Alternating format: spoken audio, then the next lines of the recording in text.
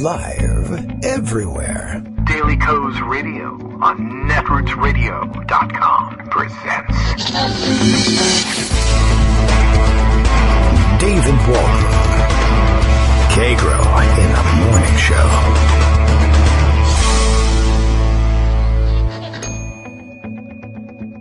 Now, here's David Waldman. Hey, good morning, everybody. How you doing? It is Tuesday, March 7th, 2017. Are we ready for another show? Maybe, maybe not. We'll see. You want to do one? Doors open. Just come on in anytime you need to vent and run a show. Why not? Bill, can you make it here from Portland within the hour? I'll give you the second go around. All right, well, let's see. Daily Kos Radio is live now. Kagro X, that's me, David Waldman, starts the show by saying tap, tap, tap. Is this thing on? Tap, tap, tap. 2 P's, that's T-A-P-P. And the president loves P-P. That's the reason, I guess, he went with that spelling. Do you remember that? He misspelled tap. Yeah. We got lost in the misspelling of hereby. I hereby tap with 2 P's, P-P. Oh, my God. All right, well, the president is sitting on his gigantic ass. At this point, we might as well just come right out and say it. Watching TV this morning, because that's what presidents do. They sit and hang around and do nothing and watch Fox TV and live tweet. It's like watching, well, you know, you and I, we read the newspaper together. These are the fireside chats. Donald Trump allows you to watch Fox and Friends along with him. I guess, let's see. This morning it was, among other things, he's repeating some kind of nonsense apparently from Fox and Friends about people released from Guantanamo and have returned to the battlefield. He has exact numbers. 122 of them have returned to the battlefield. It doesn't matter, of course, because we're on day 40, 5 or so of the presidency, and that's cool because we are, I guess, 15 days into our awesome plan to totally destroy ISIS and wipe them from the face of the earth. That was supposed to happen on day 1. We were supposed to get a plan in 30 days. I believe the Pentagon actually presented a plan the other day, but he needed to go to Mar-a-Lago. So he went, and that's that. That reminds me, let's see, sometime this week, I'm not certain when it is. I'll have to check on this. I'd love to see if Trump can get himself off the couch to attend the Ryan Owens funeral. I think he's being buried in Arlington Cemetery this week.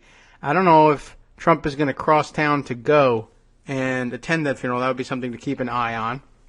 It seems like something he would ask somebody to schedule for him, but you never know. He's a very forgetful guy. All right, let's see.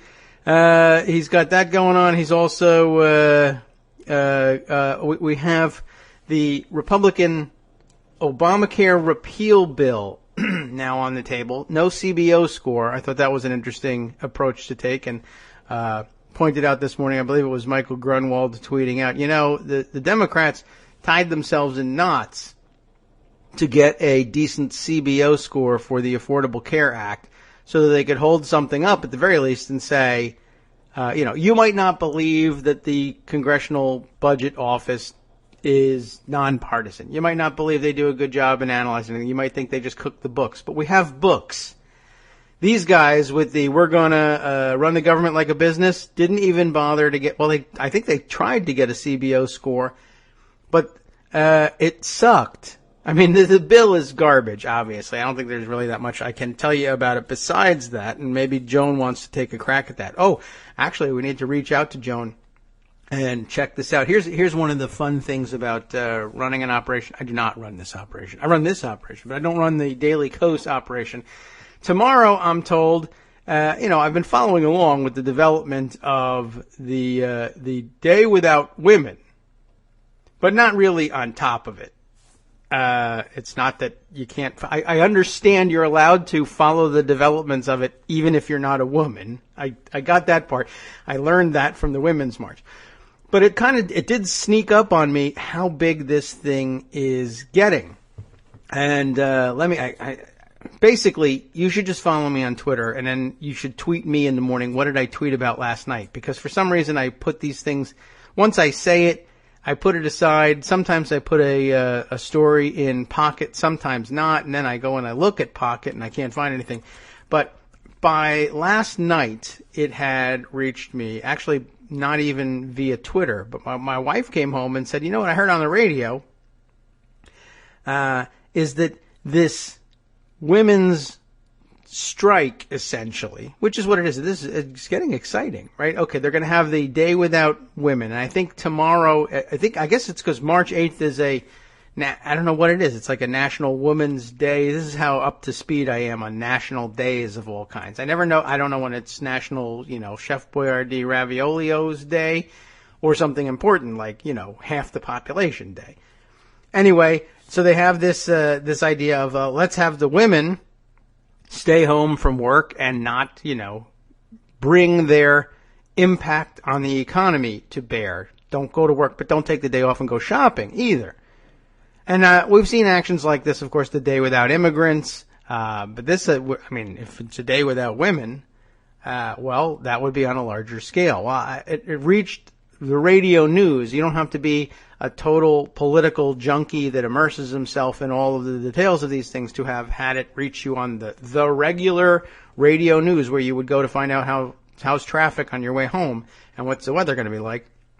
I hear that the Alexandria, Virginia school system is closing. They're shutting down tomorrow because all of their teachers, not all of them, I assume they have some male teachers in there somewhere, but the vast majority, of course, women, and they're taking it seriously. They're not going to be there, and they're not going to have enough teachers or substitutes or anybody to cover it, so they're going to have to close the school system. And I imagine this is going to happen all over the place, but Alexandria, that's a leading indicator for our area and really nationwide. So it did kind of sneak up on me, and my wife was saying I hadn't heard anything about this. And she's not exactly in a position to, just turn around and say, well, I'll participate and not go to work. But she's thinking about it and saying, maybe I need a day off after all. I don't like this part about not going shopping, but I can hold out for a day. She wants to participate in this thing, and it's exciting. It's about as close to a general strike, I guess, as I've seen in my lifetime. It's only going to go on for a day, so it won't be a sustained thing. But like I said, that's about as general as I've seen it get. Where did I see this thing? I know I saw it last evening. I think I'm going too far back for this, but what an interesting. I don't know. I'm surprised that I let it sneak up on us, and so I was wondering. Yeah, here's Del Razor, who many of you probably follow on Twitter as well, pointing this one out. Let's see, what is the release that's included here? Important message: all Alexandria City Public Schools closed for students this Wednesday, March 8th. It's come to our attention, they say, that as of today, more than 300 staff members have requested leave this Wednesday, March 8th. Given the unusually high number of requests, this may be attributed to the observance of International Women's Day. They're being very careful. Good job, Alexandria Public Schools. This has also been deemed a day without women. Consequently, ACPS has decided to close schools for students for the day. That's a great way to get support among the student body, by the way. This day will be a teacher work day for all ACPS staff, except the ones not coming in. This is in addition to the teacher work day that is on Friday, March 10th. Oh, okay. Very interesting. This is not a decision that was made lightly, this release says. We have been closely monitoring requests for leave on March 8th, including communicating with school leaders in our education association. The decision is based solely on our ability to provide sufficient staff to cover all our classrooms and the impact of high staff absenteeism on student safety and delivery of instruction. It's not based on a political stance or position, so stop yelling at us, don't sue us or anything like that. We'll see how well that works, but I'll include that in the roundup for your review. And, wow, pretty interesting. So here's the deal. Let's say you're running a business, a smallish business, maybe a Daily Coast style business, and about half of your people, because that's half of the population, half the people turn out to be women. Upon asking around and asking, by the way, how do you identify? It turns out they're women. So here's the question: what do you do? I need to check in. Joan, are you gonna work? Do you honor the strike and show up I mean, I don't know. You don't have to come on a show. That could be your boycott. But what are the women of Daily Kos going to do? Do they show up and cover the events? This is the pinch you can put yourself in if you can't navigate the liberal progressive politics all the time, right? The bind you find yourself in. What do you do as a woman? What do you do as men who are co-workers of the women? How do you handle something like this? The day needs coverage, right? So you say, well, okay, I would understand if you were saying you in solidarity wanted to take the day off, that would be fine. We'll cover the events. Of course, somebody at some point will say, oh, that's all we need is for you to mansplain Women's Day, International Women's Day, and or a day without women to the rest of us. No, thank you. Okay, well, we can't not cover it because that would be insulting too. We can't cover it because, I mean, we should be able to cover it, but, mistakes will be made. Almost certainly. There'll be something we miss because we don't bring the right perspective to it. We could try our best. Okay. I guess the answer is, I don't know. Well, first of all, I don't know what the women at Daily Kos are doing. I guess you could ask them. And second of all, I guess the thing to do is you do your best, and if you screw it up, you listen to, the complaints about how you screwed it up and say, oh, yeah, all right, well, that's valid. Sorry about that. And then try to do better. There's no other way. I guess that's the only way to approach it if nobody's going to show up. On the other hand, if they're going to be around, because it's not really about, what's the rule? Is it don't show up to work at all? I don't know whether there's any rule. I wish today was Wednesday, but that the day without women was Thursday, so I could ask Joan what she thinks about this. As it is, who knows whether we're going to be able to ask her. I'll let you know. I'll let you know how it's going to go.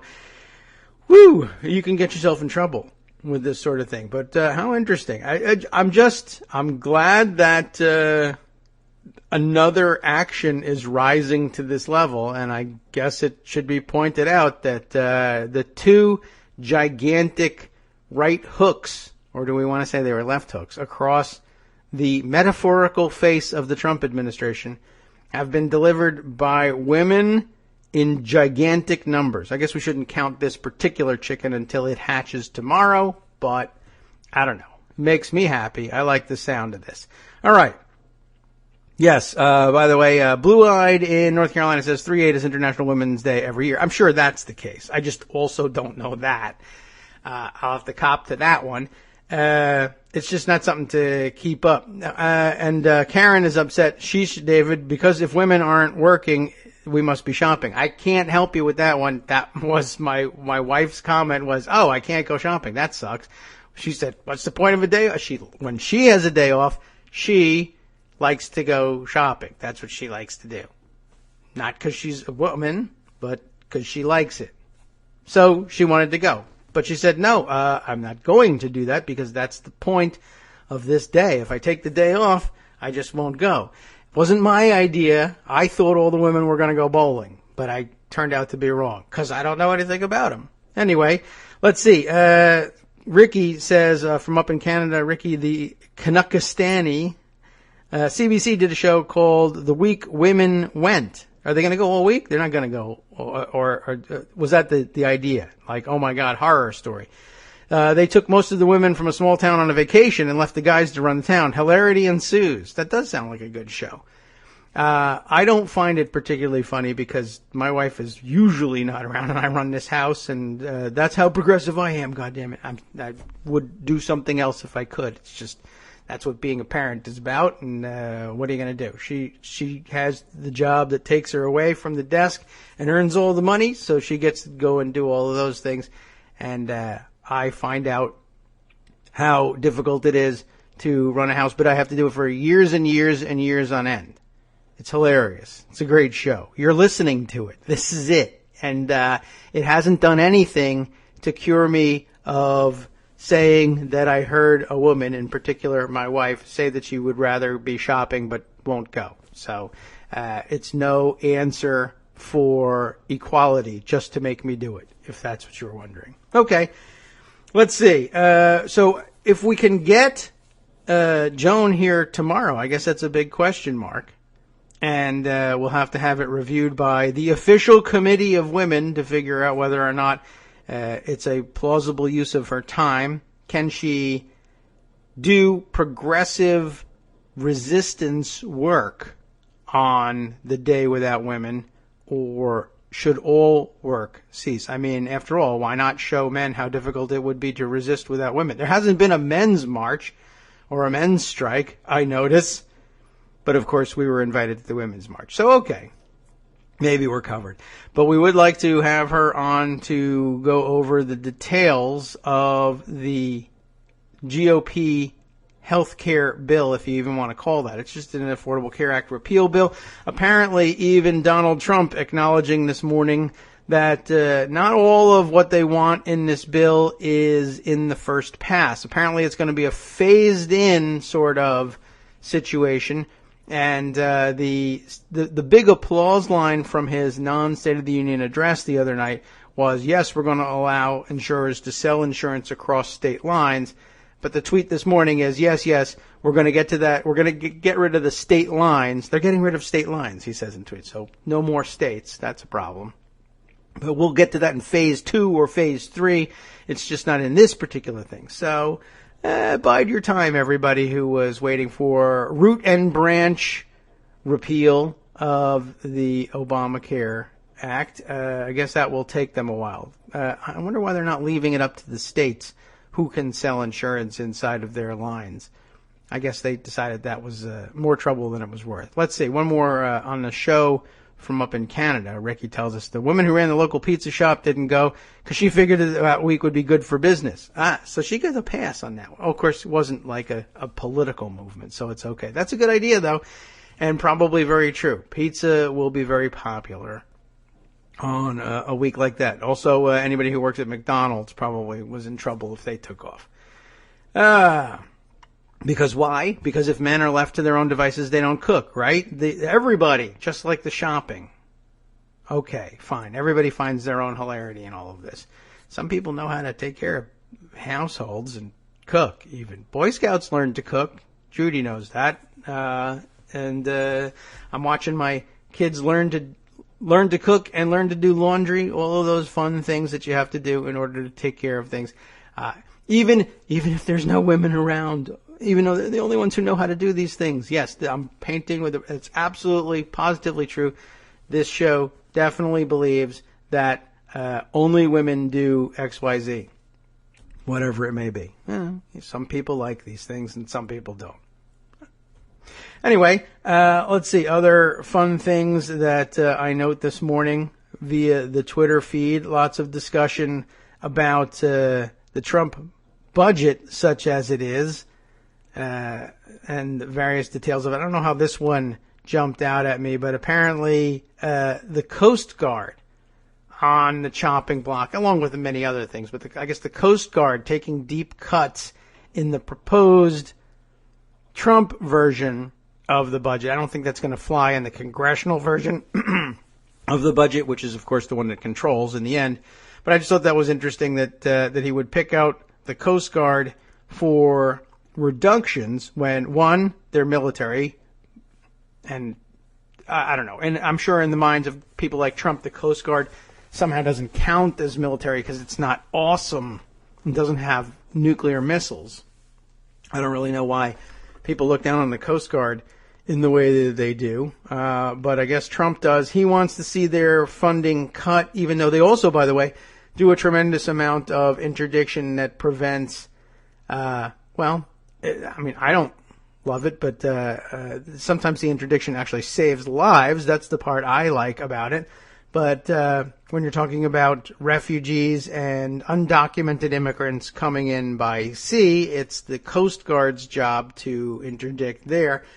And I guess if you were publicly all for a crackdown on that sort of activity, then you would not ordinarily want to cut the budget of the agency primarily responsible for it. But I don't know. Somehow more interesting to me was the fact that I just wanted to remind everybody, that having spent 4 weekends out of 6 at Mar-a-Lago, Mar-a-Lago is a coastal beach resort. The Coast Guard has increased responsibilities and, of course, increased costs that go along with those increased responsibilities to guard the coast offshore of Mar-a-Lago every time he's there, and I assume even when he's not there, just to make sure nobody, sneaks in and does a James Bond job from a rubber raft and working out of a submarine somewhere. I don't know.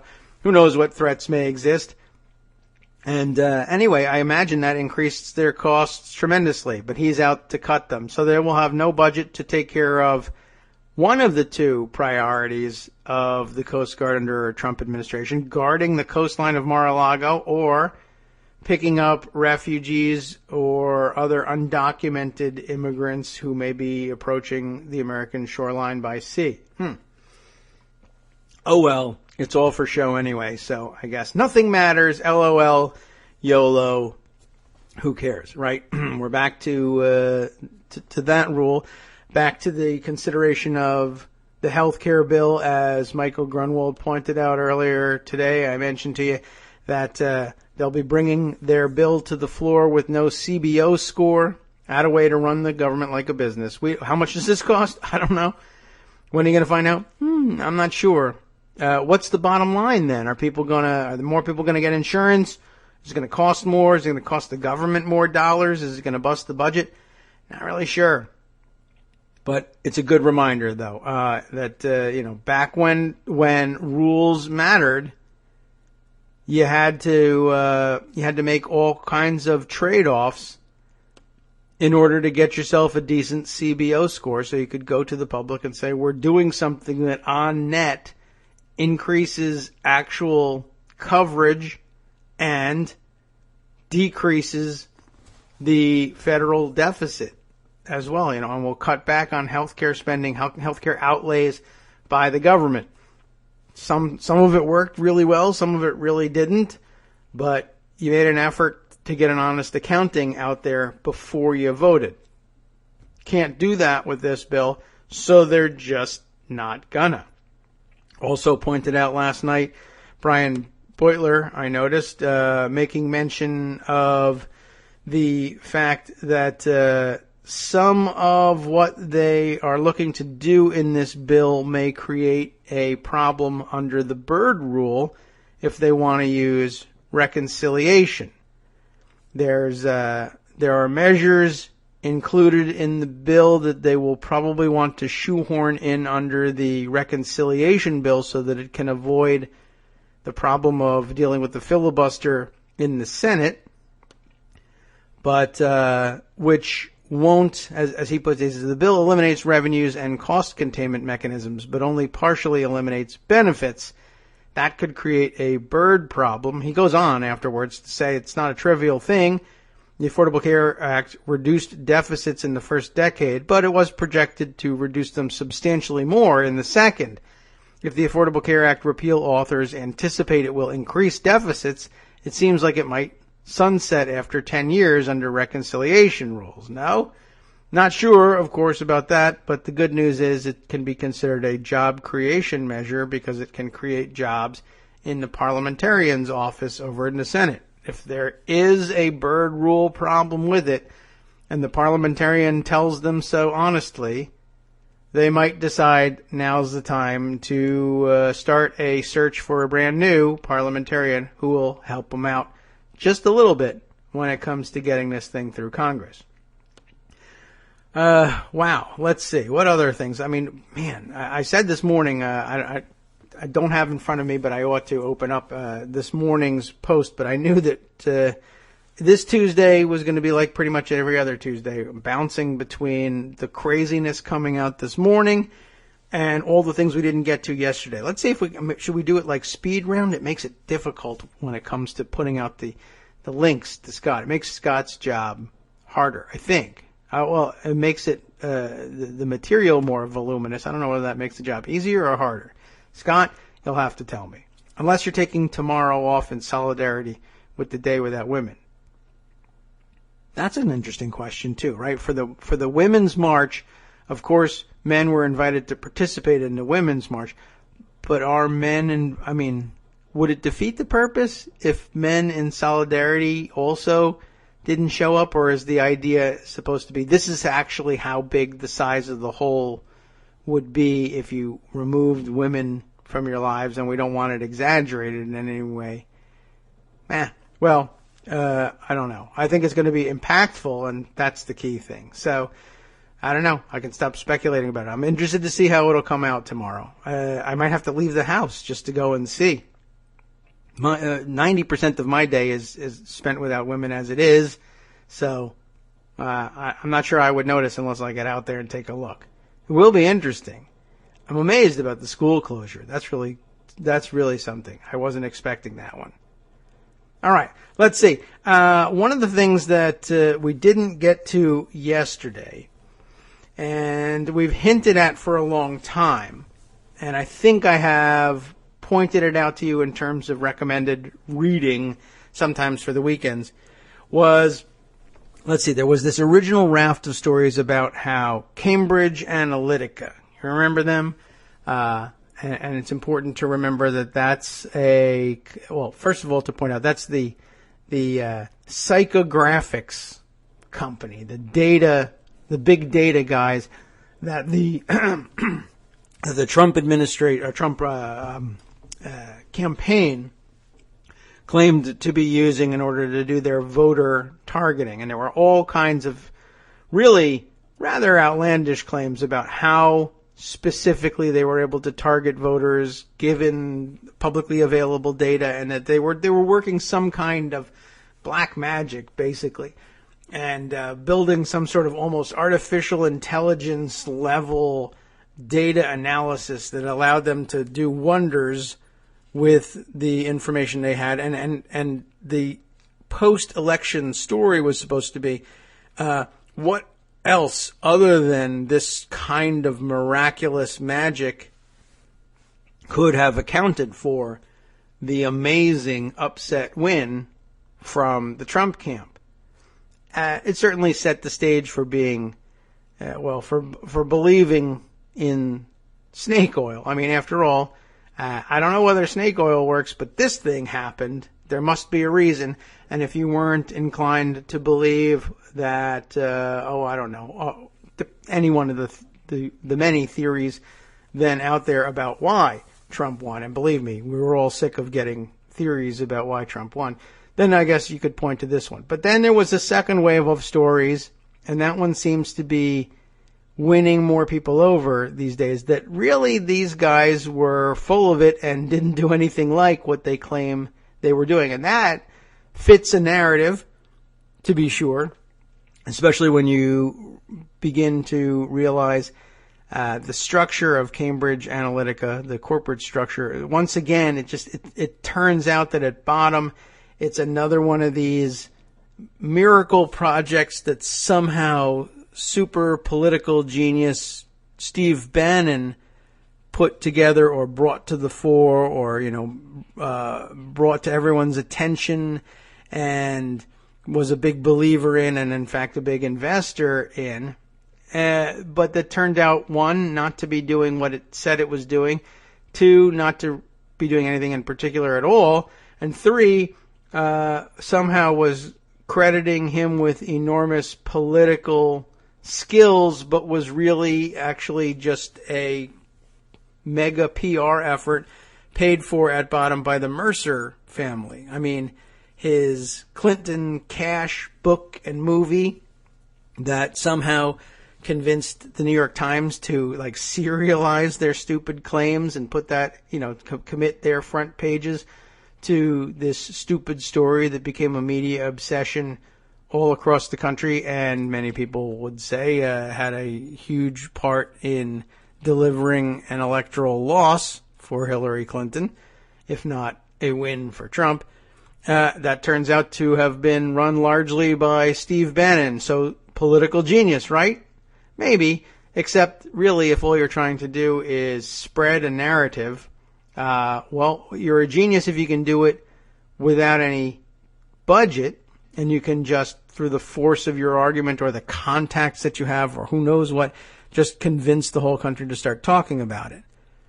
Of course, he did have a platform, and that platform was Breitbart. But then again, at some point, you had to just start out with Breitbart, and people weren't paying much attention to it, and everybody knew it was a BS publication, but somehow it suddenly became huge. And it's not that they just, created a whole bunch of new stupid people in the world who weren't there before. They were always there before. They just never heard of Breitbart. But one thing that'll help you transform an unknown piece of garbage into a known piece of garbage known by idiots around the world is a tremendous amount of money. If you spend enough money, you can make your idiot platform available to millions more idiots, and they will believe it because they love idiot things. But where do you get the money? Well, if you're Steve Bannon, it turns out the Mercer family again. So Breitbart, funded by the Mercers. Apparently, it turns out that a significant portion of the company is owned by the Mercers. They didn't really want to disclose this back when they were trying to get their press credentials at Congress. I don't know how that turned out either, by the way. I should look into that. But they were reluctant to disclose that, but eventually did disclose that the Mercers are paying for the bulk of the operation, I guess, or own a tremendous part of the operation, and that happens when you pay for a tremendous part of the operations. But also we knew from investigative reporting during the campaign, one, that Bannon's other company that was responsible for the publication and distribution of the Clinton cash story was also half owned by the Mercers.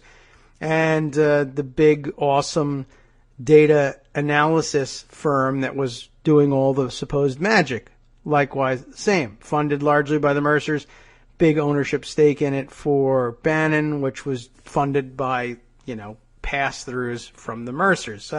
Basically, I'm not sure whether anything that counts as a political accomplishment for this guy wasn't just a gigantic PR blitz paid for by Mercer millions. So we don't know.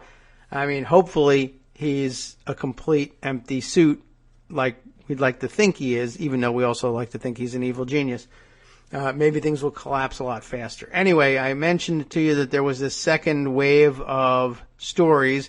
It might be time to dive into some of those. And it's kind of gone mainstream. Originally, I had stories from tech publications, some believing the hype and some not. But it's sort of moved now into the New York Times, Washington Post realm as well. Let's see if I can scroll back and find some of the original reporting, and some of it was speculation about Cambridge Analytica and the kind of work it was doing. Let's see.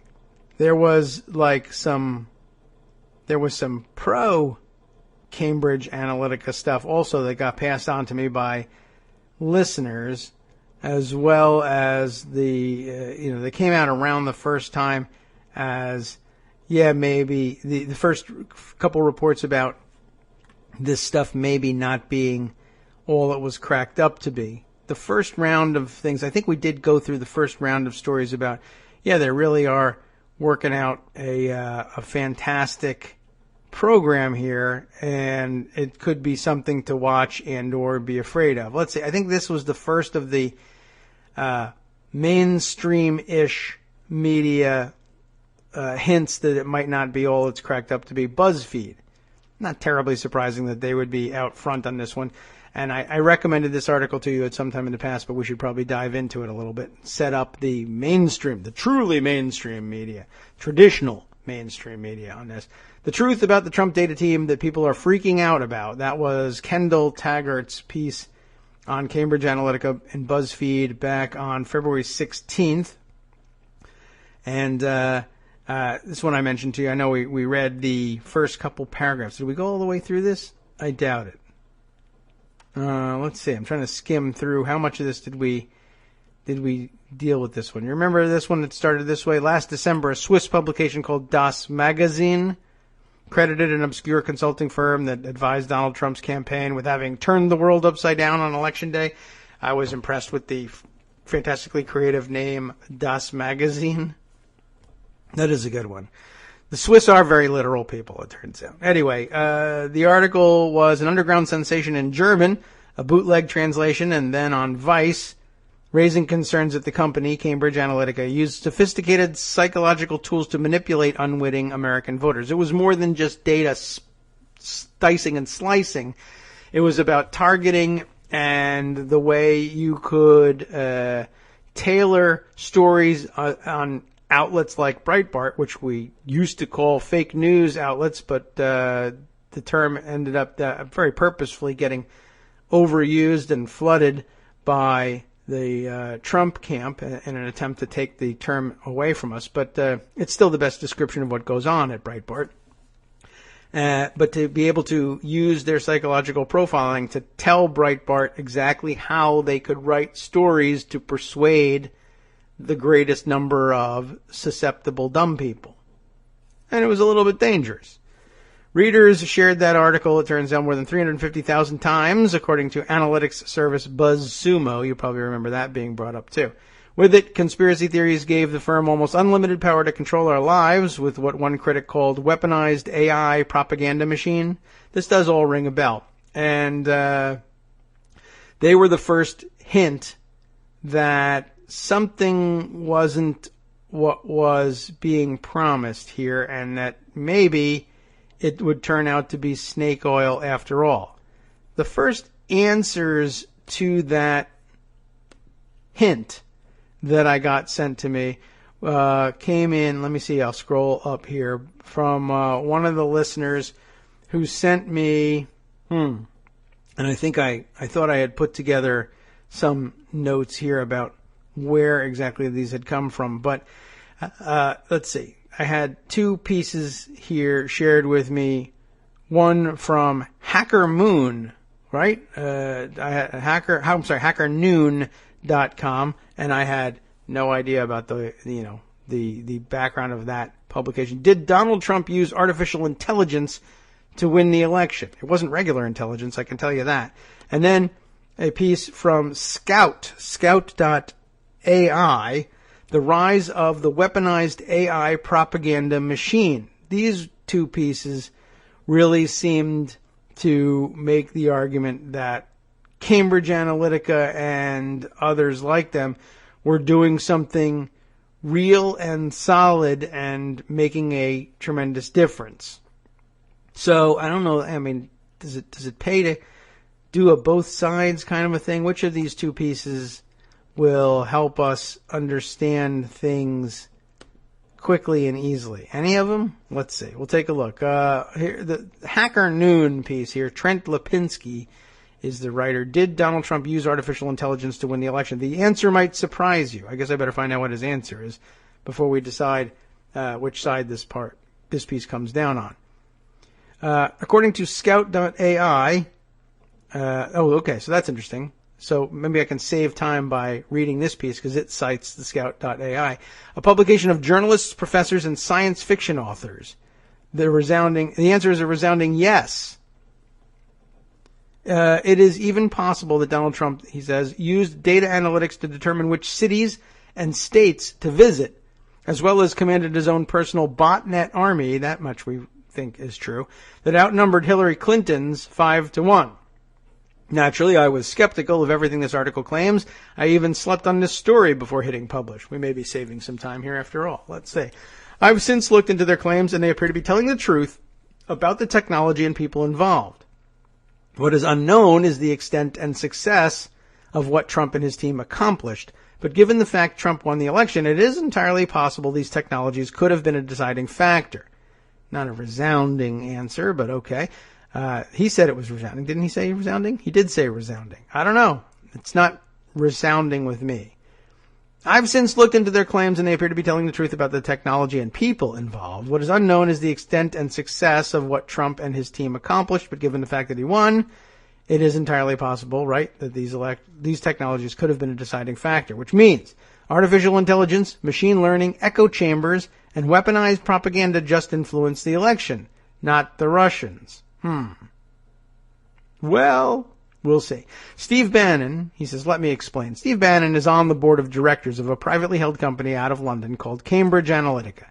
They're a data mining, analytics, and strategic communications company funded by Robert Mercer, a friend and supporter of now President Donald Trump. This company has developed strategic processes and products for automating the ability to track and analyze everyone's social media presence, and then target and optimize advertising specifically to millions of people using machine learning to show them news that matches their political identity.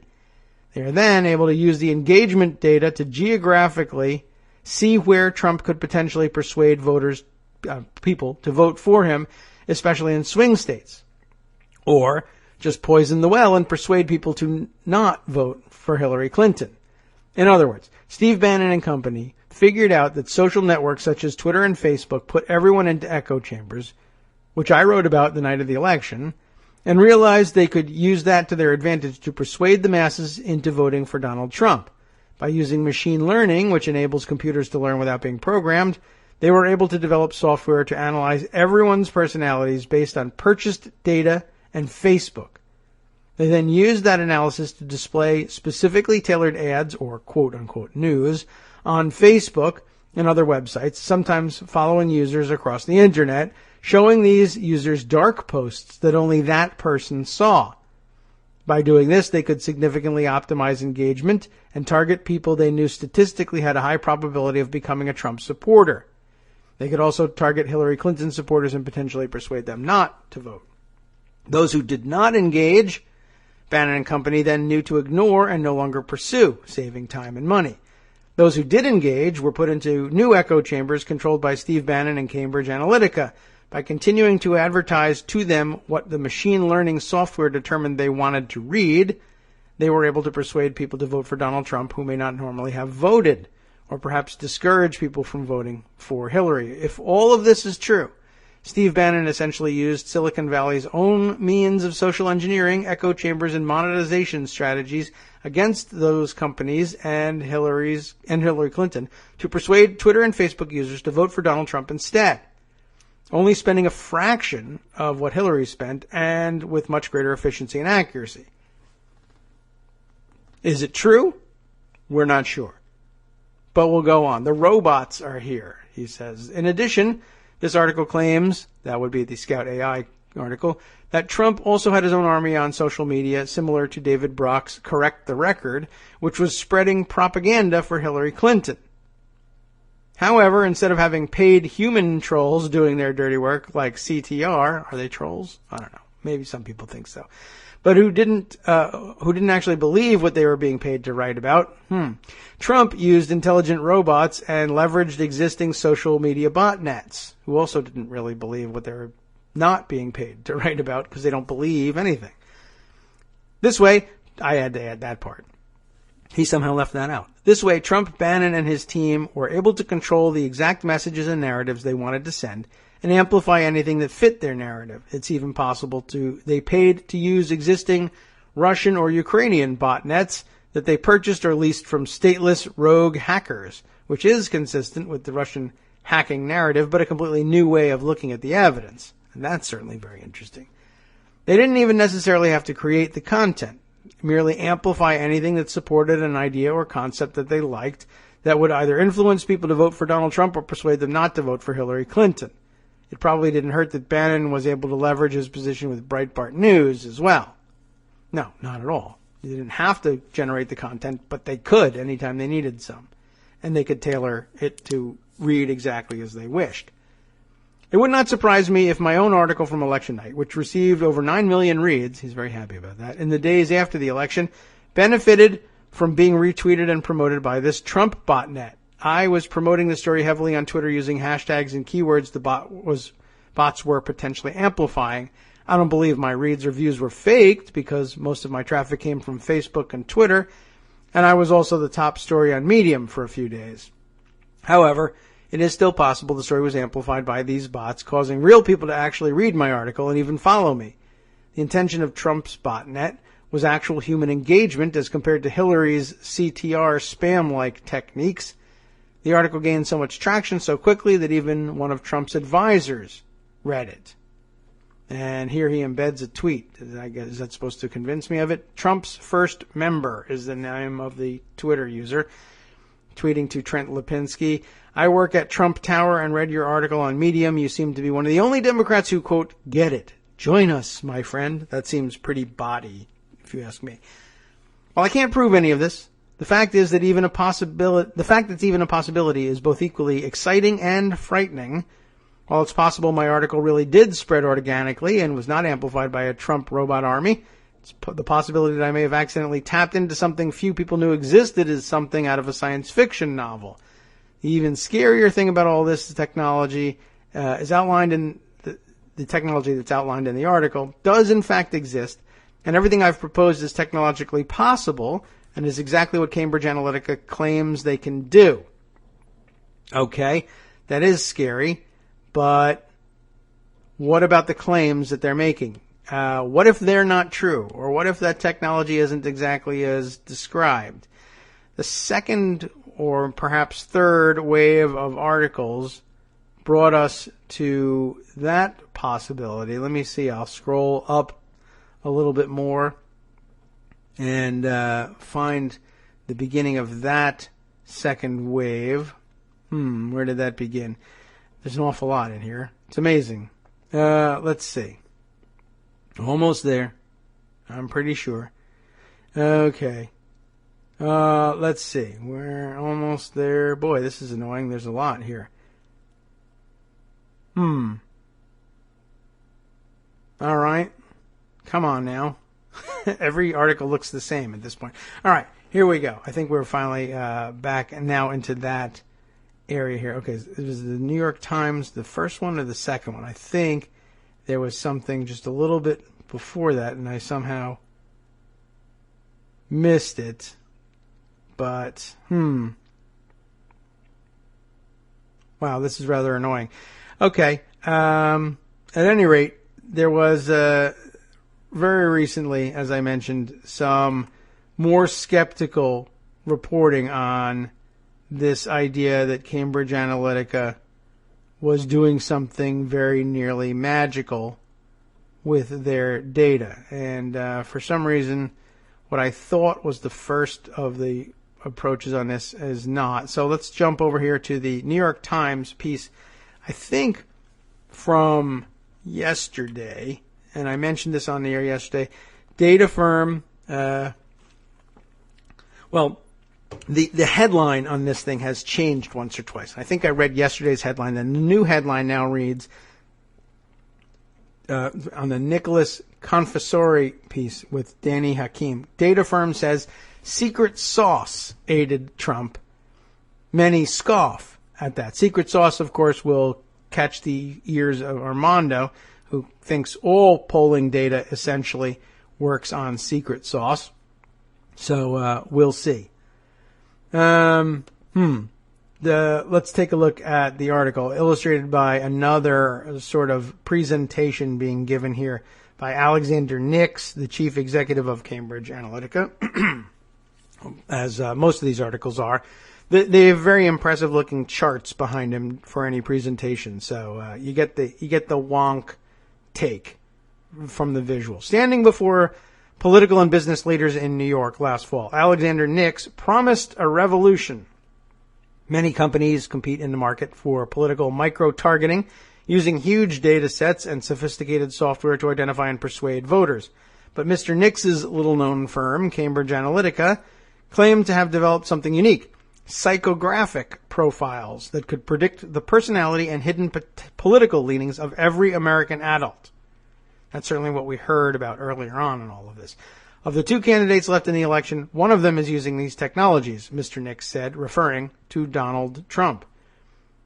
Capitalizing on its work for the man who is now president, Cambridge has pitched potential clients in the United States ranging from MasterCard and the New York Yankees to the Joint Chiefs of Staff.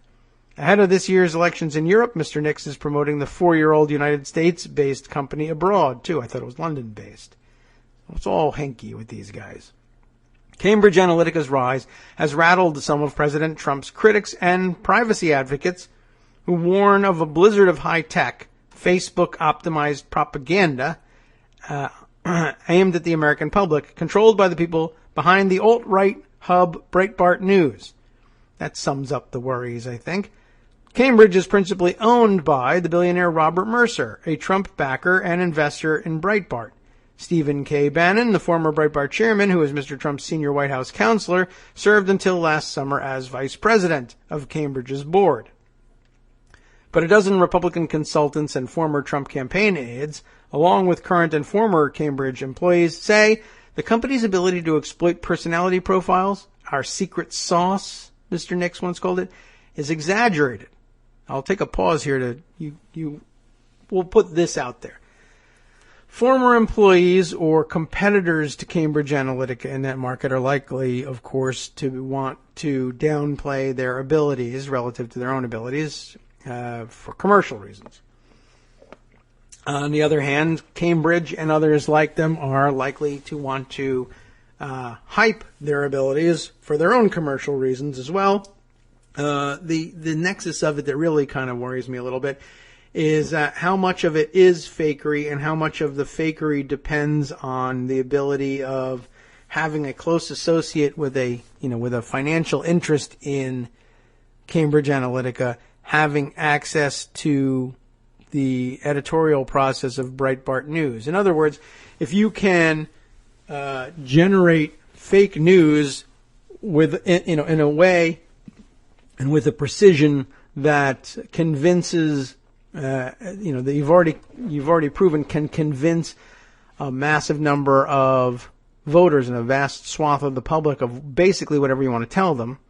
Once you're done with the election, you could tell them that the most valuable property of the future for any endeavor, political, commercial, or otherwise, is that company in which you own a fantastically large financial stake, or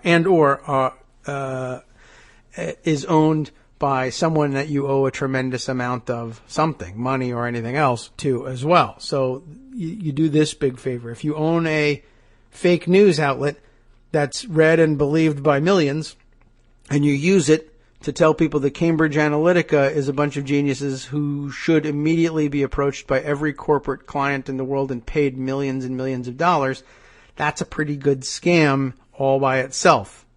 That's a good that's enough secret sauce to keep everyone swimming in it forever, right? Cambridge executives, to return to the article, now concede that the company never used psychographics in the Trump campaign. What? That's the complete opposite of everything you told everybody. When it was time to pump the stock, maybe now it's time to dump the stock.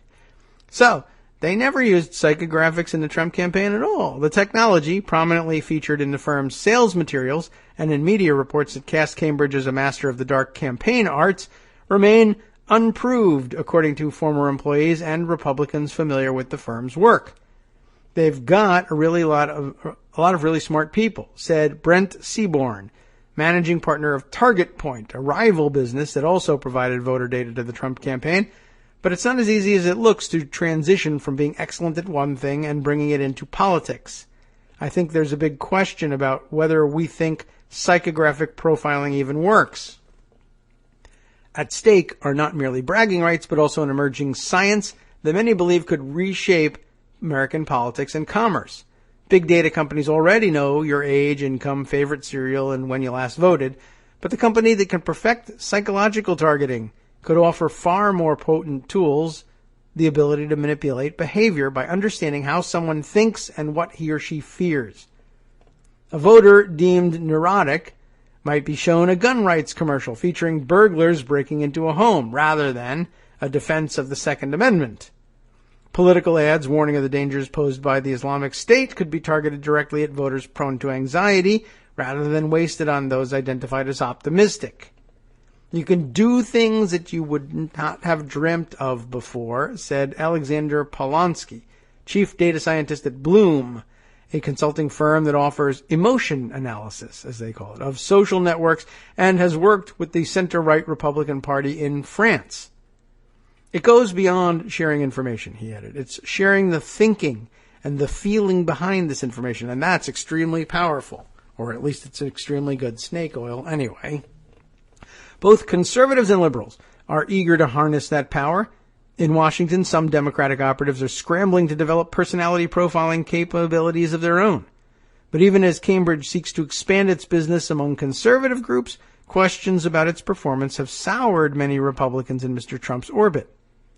Cambridge is no longer in contention to work for Mr. Trump at the Republican National Committee, a company spokesman confirmed, nor is it working for America First Policies, a new nonprofit formed to help advance the president's agenda. In recent months, the value of Cambridge's technology has been debated by technology experts and in some media accounts, but Cambridge officials in recent interviews defended the company's record during the 2016 election, saying its data analysis helped Mr. Trump energize critical support in the Rust Belt. Mr. Nix said the firm had conducted tens of thousands of polls for Mr. Trump, helping guide his message and identify issues that mattered to voters. But when asked to name a single race where the firm's flagship product had been critical to victory, Mr. Nix declined. We bake a cake. It's got 10 ingredients in it. Psychographics is one of them, he said. It's very difficult to isolate exactly what the impact of that ingredient is. In other words, no scientific testing has been done whatsoever, and we've never been able to isolate its influence, and so therefore we know nothing about it. But he's not going to tell you all that. Let's see. Continuing on, Cambridge's parent company, the London-based Strategic Communications Laboratories Group, has a long record of trying to understand and influence behavior. Founded in 1993 by a former British ad man, the firm has worked for companies and candidates around the world, as well as for government and military clients. SCL has studied Pakistani jihadists for the British government and provided intelligence assessments for American defense contractors in Iran, Libya, and Syria, according to company documents obtained by the New York Times. Their approach was seen as serious and focused, said Mark Laity, Laity, Chief of Strategic Communications at NATO's military headquarters in Europe, who had taken part in NATO-affiliated conferences where SCL has made presentations. In recent years, the company has moved to exploit the revolution in big data to predict human behavior more precisely, working with scientists from the Cambridge University Psychometrics Center. So beginning to feel like some sort of Hydra operation, isn't it? The United States represented a critical new market. Europe has strict privacy protections that limit the use of personal information, but America, hooray, is more lightly regulated, allowing the sale of huge troves of consumer data to any company or candidate who can afford them. Good old USA. In 2013, Cambridge Analytica was created as SCL's American operation, and the two companies today share many of their roughly 200 employees, several top executives, and offices in New York and Washington. To develop its profiling system, Cambridge conducts detailed psychological surveys by phone and online of tens of thousands of people, differentiating them by 5 traits, a model widely used by behavioral researchers. Uniquely, the company claims to be able to extrapolate those findings to millions of other people it has not surveyed, assigning them one of 32 distinct personality types. Cambridge then blends those profiles with commercial data and voting histories, revealing hidden voter trends and behavioral triggers, according to a 2016 company brochure. These profiles, in turn, would allow campaigns to customize advertising, direct mail slogans, and door-knocking scripts, each calibrated to prod the targeted voter toward or away from a candidate. The promise of psychometrics appealed to Mr. Mercer, a computer scientist who made a fortune helping to lead Renaissance Technologies, a Long Island-based hedge fund. Mr. Mercer and his daughter Rebecca presided over a growing political empire that included millions of dollars in contributions to conservative groups and a stake in Breitbart, whose nationalist and racially antagonistic content prefigured Mr. Trump's presidential campaign. Mr. Mercer became Cambridge's principal investor, according to 2 former employees. Like several others interviewed for this article, they spoke on condition of anonymity, citing non-disclosure agreements and the threat of lawsuits. Mr. Bannon, the family's political guru, also advised the company and served as vice president of its board, according to Delaware public records. Mr. Mercer has never spoken publicly about his policy views in depth, but his giving is eclectic. He has financed anti-Clinton documentaries, again, run by Bannon, which I pointed out, right-wing media watchdogs, libertarian think tanks, and both Senator Ted Cruz, a religious conservative, and Mr. Trump, a thrice-married nationalist. The genius here is Bob, and the billionaire in this is Bob, and the person with the extreme views of how the world should be is Bob, said David Magerman, a Renaissance research scientist who was recently suspended after criticizing his boss's support for Mr. Trump. In the run-up to the 2014 elections, Breitbart, under Mr. Bannon, set up a London office and made common cause with populist conservatives in Europe. But back in the United States, Cambridge was at first slow to land big accounts. It was rebuffed by the political network overseen by the billionaire conservative brothers Charles and David Koch, to which the Mercers were major donors. FEC records show that the firm had 9 clients in House and Senate races that year, among them 3 super PACs partly financed by Mr. Mercer. So how, that's part of the story too, right? How does Cambridge Analytica become the hot property? Well, we have lots of hot clients. Like who?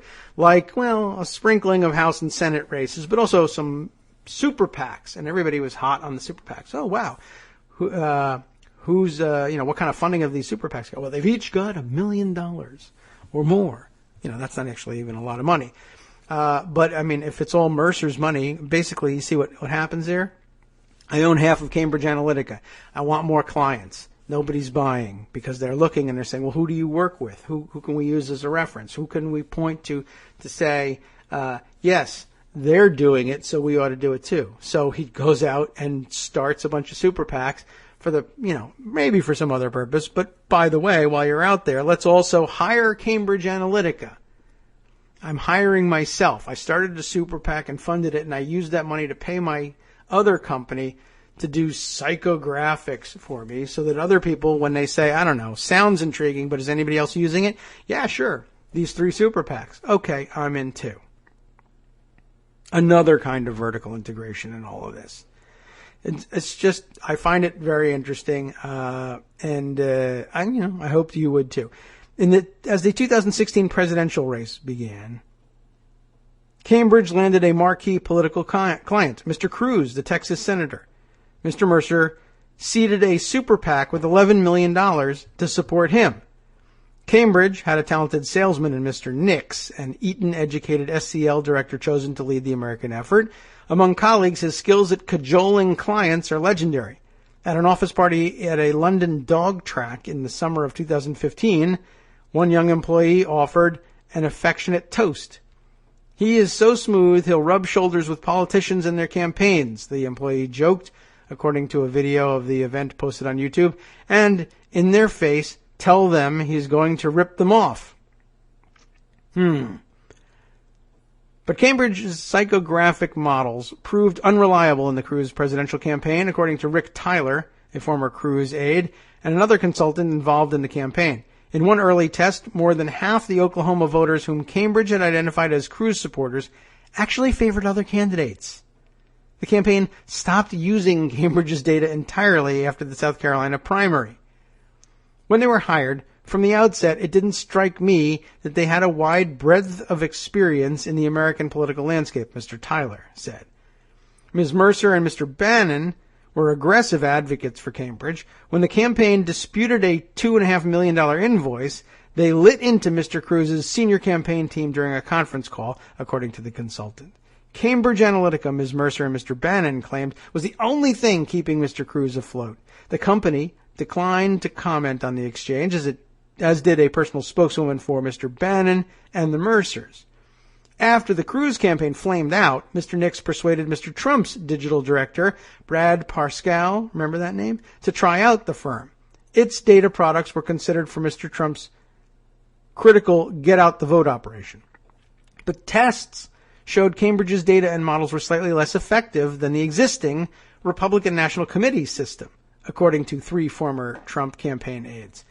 Mr. Bannon, at one point, agreed to expand the company's role, gee whiz, as manager of the Trump campaign.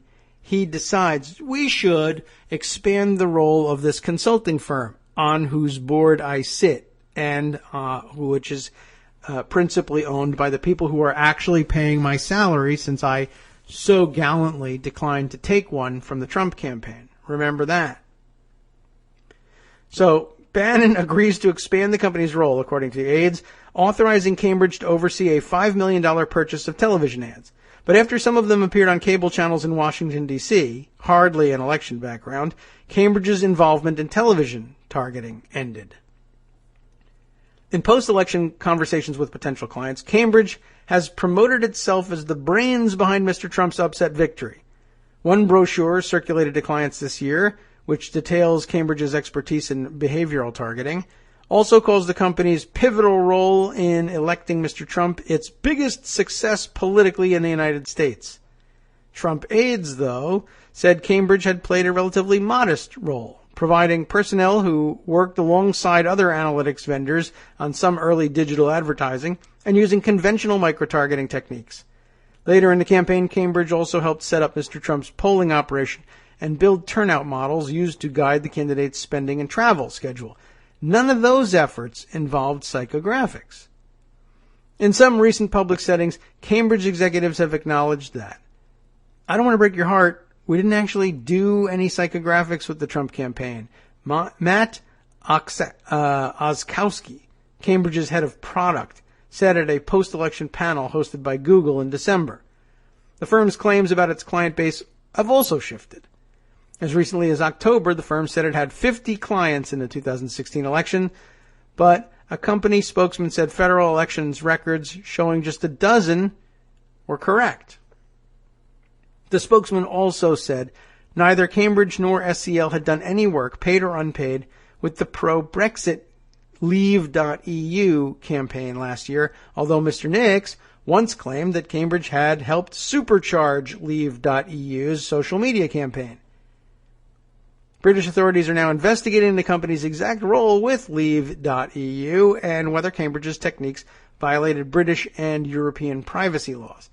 At a conference in Munich last month, Alexander Taylor, Cambridge's chief data officer, dodged a question about whether Cambridge would work with far-right parties in European elections this year.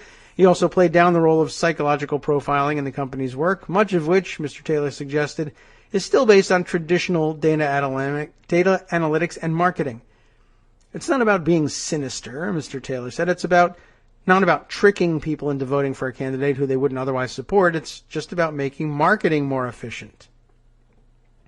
Even before the election, according to one former employee, Cambridge employees attended sessions about soliciting government business in the United States, where Mr. Trump now oversees the federal bureaucracy, and Mr. Bannon is arguably the White House's most powerful staff member. According to documents obtained by the Times, SCL is pursuing work for at least a dozen federal agencies, including the Commerce Department and the National Highway Traffic Safety Administration. Mr. Bannon's spokeswoman said he stepped down from the Cambridge board in August when he joined the Trump campaign. And has no financial involvement with the firm currently. She declined to say whether Mr. Bannon previously held equity in the firm. So we don't know that, of course. And yeah, I guess if he steps down from the board, that's one thing. But if the board is also still populated by the Mercers and the company is still owned by the Mercers and directing Trump campaign dollars to Cambridge Analytica on Bannon's say-so still lines the pockets of the Mercers, they can still kick that back to Bannon via the Clinton Cash Publishing, whatever the hell the name of that company was that they still jointly owned. And since they were paying him under the table the whole time, I guess it makes very little difference whether or not he's currently on the board or not. Late last month, SCL executives met with Pentagon officials who advised the Joint Chiefs of Staff on information warfare. We're so bad at the cyber. We got to get better at the cyber. Do you know anybody that could make us better at the cyber? You do. That's great. Who are they? It's you? Fantastic. Take the money. A reference document submitted in advance of that meeting indicates that the company has worked as a subcontractor on roughly a dozen Pentagon projects, many of them counter-radicalization assessments in Pakistan and Yemen. Yemen? Oh no.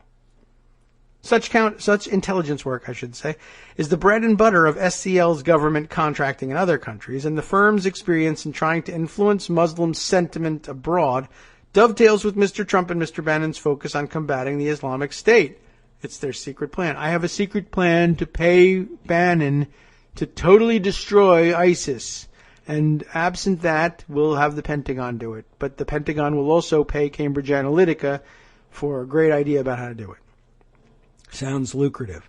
The Washington Post reported last month that SCL had secured a contract for a similar program at the State Department and was seeking military and homeland security work as well. What a great way to loot the Treasury. In an email, the Joint Chiefs spokesman confirmed that the Pentagon meeting, first reported by BuzzFeed, had occurred, but said he could not elaborate on the discussions in order to avoid any undue influence or unintended consequences. At the moment, according to former employees, Cambridge has relatively few well-known corporate clients in the United States. Among them are ECI New York, a clothing company, and Goldline, which sells gold coins and markets heavily to listeners of conservative talk radio. A spokesman for MasterCard declined to say if it would do business with Cambridge. The Yankees did not sign on. But Mr. Nix appears to have bigger ambitions. I think we're on the cusp of something enormous, he said. Data science is about to reshape marketing, Mr. Nix maintained, and the big advertising conglomerates would only survive by developing their own targeting technology or acquiring companies like Cambridge. Those agencies that don't adapt will die. And of course, no one wants to die, so what a great idea. If I can't beat them, I'll buy them. Well, that was followed up a day later by a piece in the Washington Post, Philip Bump, who wrote under this headline yesterday, guys, it's starting to seem like maybe there isn't a magic bullet for winning campaigns. And now it's starting to make a certain amount of sense. When you put it that way, humans, he says, being superstitious pattern seekers, are always willing to attribute a cause to something that doesn't deserve it. This habit can be lucrative, powering any number of sketchy industries, astrology, gambling, ghost hunting, info wars. But it plays a role in moving money around in less obvious ways too, including in politics. Political campaigns are closer to zero-sum games than most things. Lose an election, and you've spent a lot of time and money to earn nothing in return. What's more, winning an election simply means that you now have a job for only some defined period of time, after which you have to go through the whole thing once again. This tends to make politicians paranoid and superstitious. Whatever worked for them in the past, or whatever has been shown to work for others, is a diamond locked in a safe to offer some assurance that they'll end up on the right side of the equation. This means that, like the sketchy industries cited above, politicians are subject to snake oil salesmen. If you build a black mechanical box with a big button on it and told a politician that pressing that button once a day would ensure victory, you'd probably make a pretty penny selling those boxes. If one time, somewhere, someone who had been pressing that button won his election, and I'll add here, even if Ted Cruz had pressed that button every day and lost his. But okay. Especially if he won it when he wasn't expected to. Hint, hint. How the box works, no one knows. They just know that it worked one time, and here you are telling everyone that it will work in the future. Shut up, as they say, and take my money. Right after Election Day 2008, the political world was drowning in black boxes. The web wasn't new at that point, but campaigns were still sort of awkward about using it. Social media was new. Remember, 2008 we're talking here. And it was a complete mystery. But somehow, some guys at the Chicago campaign headquarters of Barack Obama had figured this whole thing out, and suddenly everyone wanted to buy digital black boxes. Obama dominated. Obama had good digital. Therefore, digital lets you dominate. That's a point, right? A diamond to go in the safe. If only someone would sell it to you. Of course, any number of people were willing to sell any number of black boxes. A fragmented diaspora of Obama campaign veterans, real or not, offered all sorts of products to scores of campaigns. Which brings us to Cambridge Analytica. Cambridge Analytica is a firm funded by Robert Mercer. Mercer, as many of you know, is the billionaire backer of Donald Trump, who's powered several of the highest profile assets behind Trump's unlikely victory as president. He's the one who convinced Trump to hire Kellyanne Conway and Stephen Bannon, according to reports. He spent more than $3 million supporting Trump. He's the money behind media outlets, including Breitbart News. Cambridge Analytica is also Mercer's black box. It's the technology that might be packaged and resold for business, for other campaigns, for whatever. And the Trump campaign certainly seems like the perfect way to prove that it works. In a lengthy essay for The Guardian, Carol Cadwalader, how do we say that one? Cadwalader. I don't know. You tell me. Carol outlined the ways in which Cambridge's hidden magic wrenched votes into Trump's column. The essay talks about the biopsychosocial profiling, cognitive warfare, quants, probability models. Her assessment of Cambridge Analytica leverages cryptic terminology to embed the company in the same dark realm where Bannon claims residence. The dark, nebulous overlord bending the unwilling to action. In the essay, this all-powerful data engine is paired with another favorite of modern political storytelling, the wealthy puppet master who's building out a new world order. That is, Mercer. The essay got a ton of attention for that reason, probably to Cambridge Analytica's great joy. The firm is not unique. Everyone who had anything to do with Donald Trump wants to take credit for his victory. Cambridge Analytica does in particular. It's trying to sell its black box to anyone who will buy it. How does the box work? Biopsychosocial profiling. Quants. But Cambridge Analytica's black box is not the skeleton key to electoral victory any more than Obama's black boxes were. It's marketing. Remember that Donald Trump was the second campaign Cambridge Analytica worked on in 2016. The first, Ted Cruz's. He did well, but he didn't win. Making Cambridge Analytica, in that case, just like hundreds of other things that Cruz did, which weren't enough. Not the sort of thing that goes in a brochure. No one wants to buy the energy drink used by the team that lost the Super Bowl. On Monday, the New York Times reported that a number of political observers were also skeptical of the alleged role Cambridge Analytica played for Trump.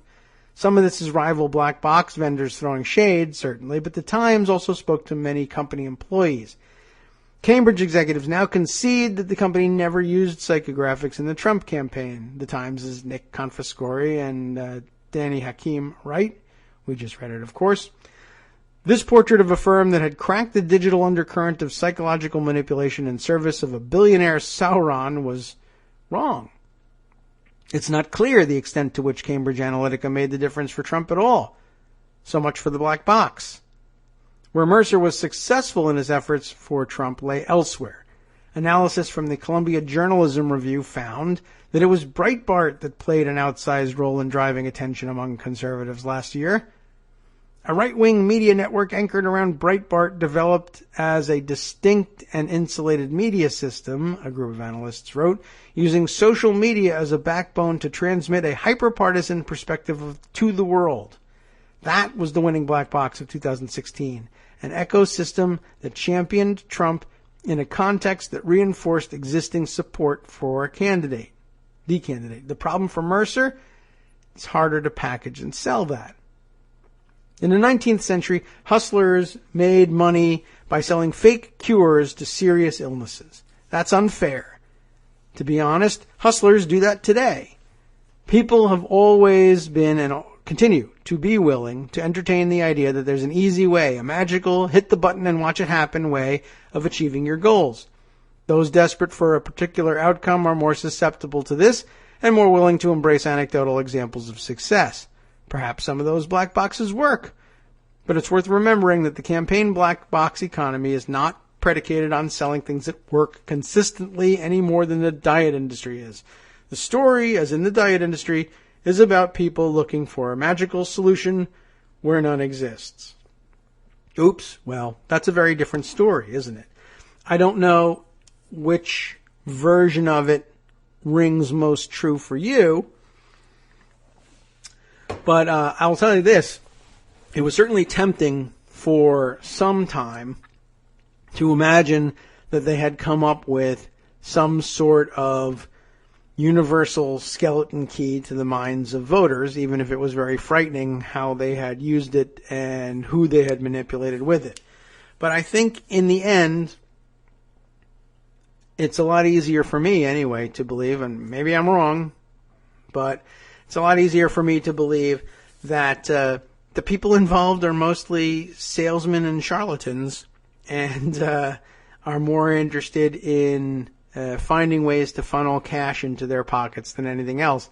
And I think even independent of the conclusion that Cambridge Analytica is garbage, I had come to the conclusion that most of what Bannon had cobbled together for himself as a legend of his political acumen was garbage, and it was just recycling, repackaging, and shuffling around Mercer money in various ways to make it look like he had had a number of successes where his real success had been convincing the Mercers to find different pipelines through which to give him money. You know, it works, it's great, it made him a fortune, but I don't know if anything else got done along the way. And maybe since it's all the driving engine behind Donald Trump, I ought to be happy about that. All right. Well, let's see. What else can we check in on? It might be a good idea to go back and finish up that discussion about from the Lawfare article about what happens when nobody believes the president's oath. Did you read it? If you didn't, we really should finish it up and discuss it together. But maybe you got enough of that yesterday.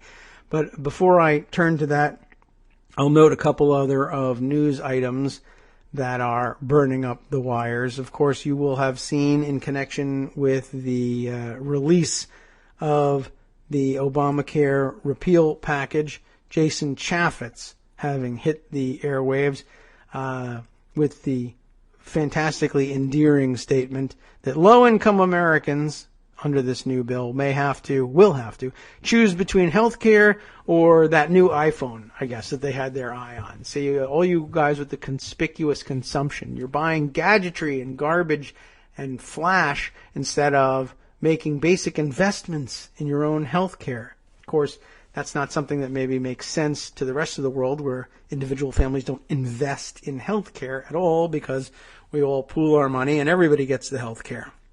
And we invest that way. That didn't go over so well. That's not a surprise. Nothing that Jason Chaffetz says goes over particularly well. He's just got one of those faces that makes it difficult to put anything over well. But lots of people making good points about him making this comment. It's a safe space from which he makes that comment, given that he's got a relatively secure job, although we hope not for very long, and that he's got a pretty good employer-paid health care plan on top of it all. Not to mention, of course, a good time to remind everybody that he has the $500 all-you-can-eat walk-in concierge care plan over at the office of the attending physician. If you haven't heard me talk about that one in the show in the past, Google it. You'll love the results. All right. What other fun things have we to touch on? Yes, a lot of people reacting with surprise to the suggestion that Trump, and that was supposed to be the suggestion, that Trump and people like him for some reason don't regard the Coast Guard as being as military or as, I don't know what, as valid a branch of military service as the really cool stuff like Delta Force and SEALs. And the answer is because they do workaday stuff like saving idiots who drown or people who have trouble with their boats, and that's not really super cool like raiding Yemen. But don't look at me. I think the Coast Guard is military. Why not? But it's just garbage, you know. You come across it for people whose involvement with the military is, my involvement with the military is zero. But I mean, for people whose involvement is also zero, but who are invested in convincing others that they are either military experts themselves, I'll be so good at the military, your head will spin, or military enthusiasts at the very least. All right. We'll take a look back. We'll do more of our philosophizing and examination of news that you don't even know is news yet, and continue with this one. Before heading back to, let's see. Oh, an interesting corollary to the Cambridge Analytica story, again shared by one of our listeners who's, I gotta find a way to attach a note about who sent this thing to me. You know who you are, and I know who you are, but I can't remember who sent me this one. This also, is this something we can get through? And I didn't have a chance to skim this one and decide exactly where to plug it in the order of relevance, but it does have to do with Cambridge Analytica. This coming from Tablet magazine. Will Donald Trump's data analytics company, and it's not his, but it's affiliated with him, right, allow Russia to access research on U.S. citizens? That is an interesting question. I don't know if we're going to be able to get through the entirety of the article, especially if we want to get to some other stuff here. Ann Marlowe was the writer on that. By the way, did I properly credit Philip Bump with the piece in the Washington Post, in case you were wondering, who's responsible for all this styling? The one I just read, guys, it's starting to seem like maybe there isn't a magic bullet, right? Philip Bump, in case I didn't say so. But this, maybe we'll read this one in conjunction with this morning's speculation among Louise Mensch's crowd, and others of the, so shall we say, conservative / formerly Republican intelligence community related analysts. They are sharing the rumor, which may or may not have any basis in reality. I don't know. I mean, it's out there, and I don't know what they're basing it on. That Russian intelligence is beginning to target American journalists for some reason. It's not that hard to imagine what the reasons might be if it were really happening, but I don't know if it is. But the idea being, it brings us back to something that we've mentioned on the show, that it would be a really interesting way of getting around, say, Fourth Amendment restrictions. It may, or may not, for that matter, still be true that the Trump administration is subject to the jurisdiction of the Constitution, in their eyes anyway. And they may view Fourth Amendment restrictions on getting the goods on their enemies as nothing more than an annoyance that the voters who support him would fully support him casting aside if necessary. But if he thinks it would be a real drag to litigate it, one way around it is to say, well, the Fourth Amendment protects Americans from having from unreasonable surveillance, warrantless surveillance, as against the government conducting that surveillance.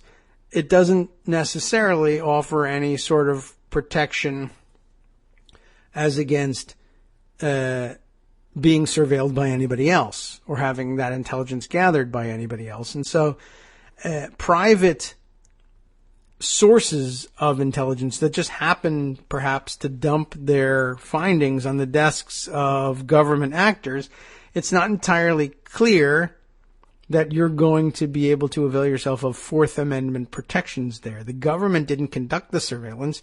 They just happened upon the intelligence produced by it. What if the Russian government conducted the surveillance and they had a tremendously odd and close relationship, and the intelligence produced by the Russian intelligence community just happened to, for whatever reason, never used to be contemplated, but now it is, show up on White House desks? Well, I don't know that you'd have a Fourth Amendment problem there. Not really sure. Hard to say. Anyway, this is a slightly different angle on that. Ann Marlowe writes here for Tablet magazine. That's a good question. What if Cambridge Analytica is for real, or at the very least has lots of data that is real. They just might not be able to be, might not really be using it in the way that they say they are. But it's valuable to somebody. Certainly if you have a process that does work, data is the fuel you'll need to run that engine. What if instead of using it itself, and or instead of providing it to the federal government, which would, raise some serious weird privacy concerns, perhaps, if not rising to Fourth Amendment level, certainly concerns. What if, though, they really were willing to sell it to anybody? Or what if they were just willing to give it away because they just love Russia to Russia? I don't know. Is that a serious concern? Let's see. She says so. I guess tracing the suspicious looking and messy ties between a Ukrainian oligarch, an elections information firm, and the GOP candidate's former campaign manager. I don't know. Another oligarch. I didn't realize this. The Trump campaign has hired Ted Cruz's former data analysis firm, Cambridge Analytica. And in doing so, it says it has connected itself with a British property tycoon, Vincent Cenguiz. I think we have seen that name before, haven't we? Right? Tchenguiz. Cenguiz. I have no idea whether I'm pronouncing that correctly. And through him with the Ukrainian oligarch Dmitry Firtash, a business associate of Trump's campaign manager Paul Manafort, who resigned last week. So this is an old article. It would be hard to find a better example of why the ownership of the companies that collect data on the American electorate matters. What Cambridge does, so now we're going back in time here, not forward, right? So we read those things in chronological order. Our first wave of Cambridge Analytica is a bunch of geniuses, to maybe not so much, to I think it's actually a bunch of fake crap. Going further back, before Cambridge Analytica became cool, right? So the hipster look at this. What Cambridge does is what marketers have done for some time now. Segment potential customers, in this case voters, by their buying habits, lifestyle, and psychology. It most famously worked on the Leave campaign during Brexit voting in the United Kingdom. Of course, we have just read. Most famously, actually, really didn't. Cambridge Analytica's British parent company, SCL, has attracted criticism from some unusual strategies, such as trying to persuade opposition supporters not to vote in a Nigerian election, using the influence of local religious figures. They seem to be very interested in persuading people not to vote. Mainly, though, SCL and CA both seem to have some pretty tired ideas. The firm groups people according to where they fall on a so-called ocean scale, OCEAN, which psychologists use to measure how open, conscientious, extroverted, agreeable, or neurotic they are. Wired reported in April. There's nothing evil or particularly smart about this psychological profiling, which has been around for decades, and it's questionable if it actually works to predict voting behavior. So this is really hipster. They knew it was garbage before anybody knew that it was cool and not garbage, and then found out later on that it was. CA obviously didn't sprinkle the right kind of fairy dust for Cruz. A recent news item has it that the campaign felt it was a recent news item has it that the campaign felt it was CA to develop its product. That doesn't make any sense. Okay, others say it was the firm didn't quite get American politics and has reliability issues. As Advertising Age quoted a consultant, the product comes late or it's not quite what you envisioned. But what's worrisome is that CA, the Wall Street Journal reports, is not just relying on public records. Cambridge Analytica is surveying tens of thousands of Britons across the country on issues including partisanship, personality, and their concerns about EU membership. The company will then fuse those findings with other publicly available data on voters to produce advice for how Leave.eu, should target their messaging more specifically through multiple channels. Between big data, cyber warfare, and new levels of detail in election polling, Americans ought to be thinking seriously about who owns the firms that collects this data. That's the real question. And I guess this came up last when we discussed, some weeks, some months back, about the data that they were collecting for these ocean profiles was actually being collected through the seemingly innocuous front of take this simple test to see which Star Trek character you are, that kind of stuff. And people love to use their spare time to provide them psychographic information, even if they don't know how to use it later. Let's see. And because CA is linked to UK property mogul Vincent Cengiz, who himself has connections to Ukrainian oligarch Dmitry Firtash, how do we know? Because they say so, basically. A Putin protege and a Paul Manafort business associate, Firtash. It's possible the information CA collects might be shared with people who are not friendly to American democracy. Not that Donald Trump thinks there's anything wrong with Putin, Firtash, or others like them. For 10 years, Cambridge Analytica's parent company's largest shareholder was Vincent Cengiz, who, together with his brother Robert, is estimated to be worth £850 million, or about $1.1 billion. Even today, a year after Cengiz divested his shares, SCL Group Chairman Julian Wheatland, who is also one of the company's 4 directors, is a Cengiz employee. Cengiz used the same Guernsey holding company, Whedon Limited, to invest both in Cambridge Analytica's parent company in the UK and in another privately held UK business whose largest shareholder was Ukrainian gas middleman Dmitry Firtash. To buy into privately held businesses, you normally need the approval of the biggest shareholders, who were Firtash and Raymond Asquith, who also works for Firtash.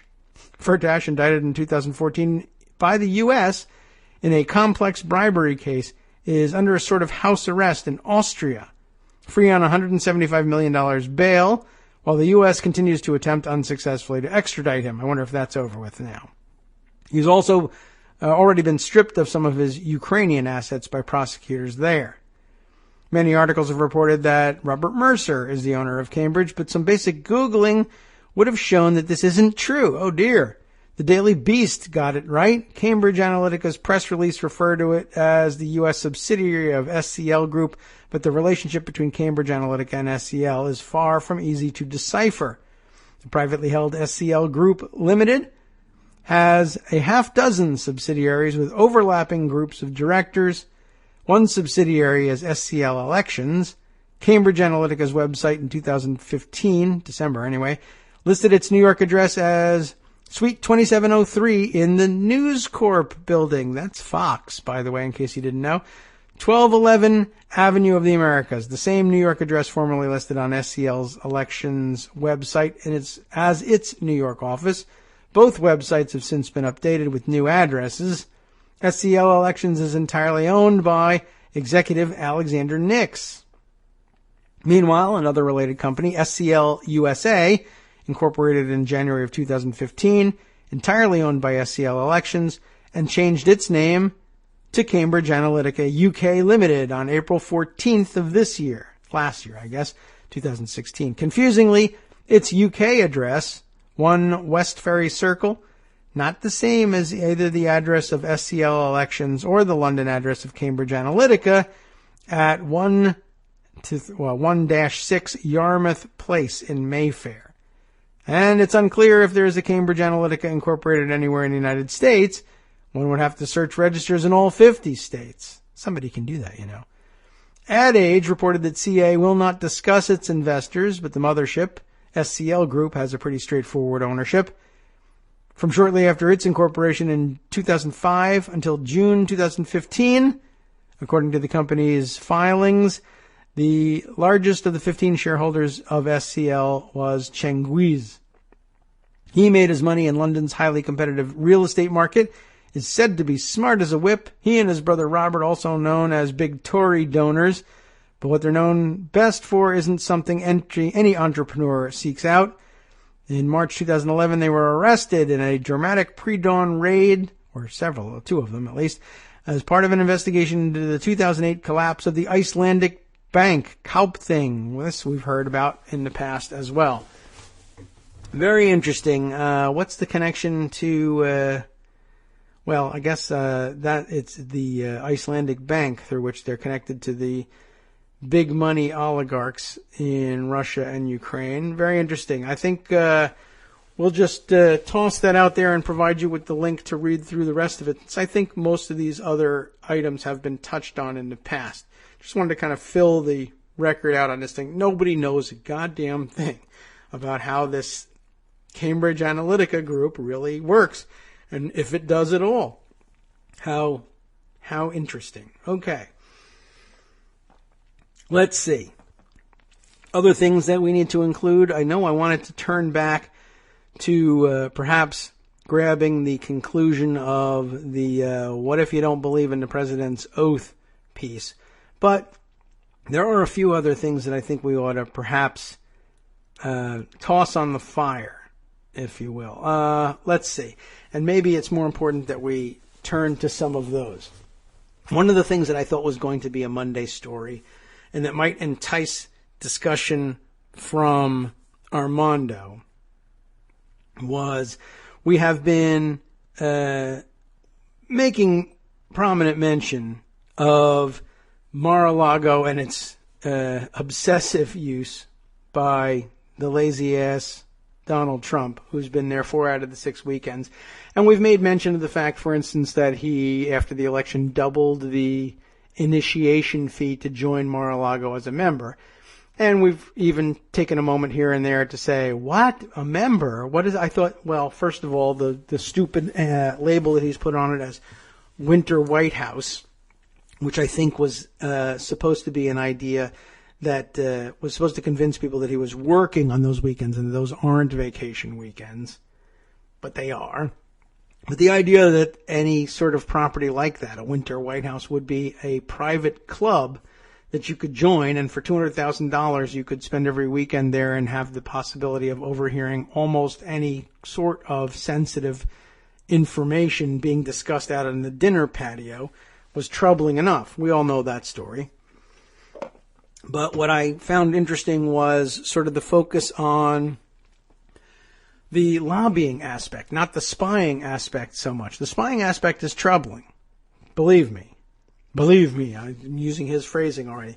But we've been over that. I think, and what occurred to a lot of people early on needs to be reiterated. We didn't focus on it a great deal here, really, but we really should be keeping an eye on it and thinking about the fact that basically, first of all, if you're a spy, you'll want to buy a membership.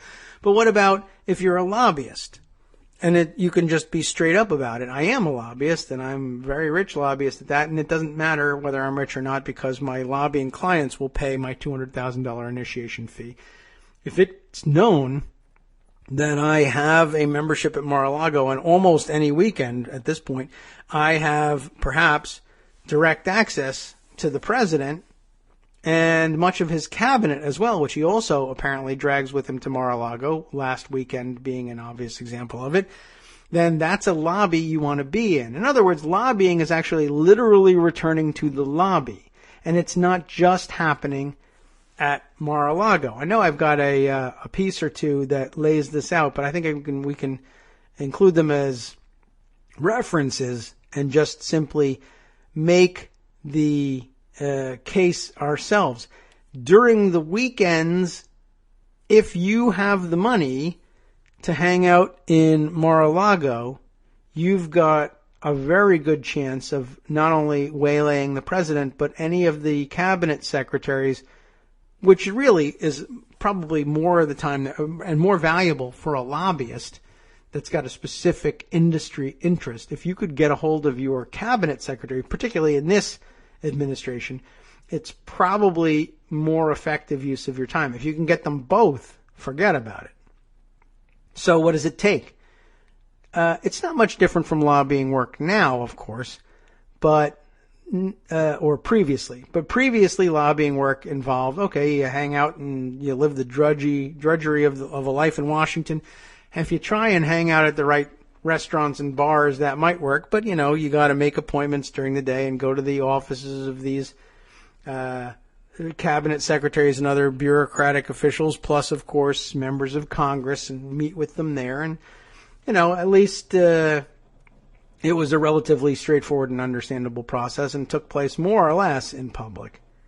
But now, of course, it's much easier to just, how great is it that you can hang out in a steakhouse all the time? Well, lobbyists love steakhouses. They love bars. They love private clubs. And not only the president, but most of the cabinet might come wandering through. There's a piece here also, by the way, in case you're looking for more interesting and entertaining ways of being a lobbyist. It's boring going to offices and having meetings and carrying a briefcase. What about what the Hill reports was going on down at Mar-a-Lago this past weekend? makes for an interesting twist as well. Let's bring that one up. And I also have somewhere I believe, a Washington Post piece about what's going on during the week. That's as interesting as anything else, too. The Hills piece by Rebecca Savransky is Trump and Sessions, who was down there at Mar-a-Lago with him, mingle with charity ball attendees. Another way to do this. See, fantastic. I'm not just a lobbyist. I also give back to our community. I started a charity that raises money for, to fight cat juggling, whatever. You want to grab that example. Start a charity. Become involved in an existing charity. That's a good thing, right? How can anybody criticize you for that? Charity, you're giving back to your community, right? Okay, so in this case it was, the Bascom Palmer Eye Institute. I don't know what it is, but I'm sure it does good work. Who knows what it is? Well, I don't care. I'm a lobbyist, and I need a charity. And what charity do I need? For instance, one good idea would be, if you're late to the game, I need a charity that already has a charity ball scheduled at Mar-a-Lago on the weekend that the president is going to be there. Why? Because the president, as we've learned from his past 4 visits now to Mar-a-Lago, loves nothing more than having A, his meetings in public, and then B, walking into the ballroom, whoever's rented it out for a wedding, a charity event, it doesn't matter, and mingling with the crowd. In other words, if you have your charity affair at Mar-a-Lago and pay big bucks to Donald Trump and the Trump Organization to do it, there's a 99% chance that the president will come by and you'll get to talk to him. Perfect lobbying stakeout. What could be better? And what could be more blameless? Why was I there at Mar-a-Lago talking to the president? Well, I was there because charity.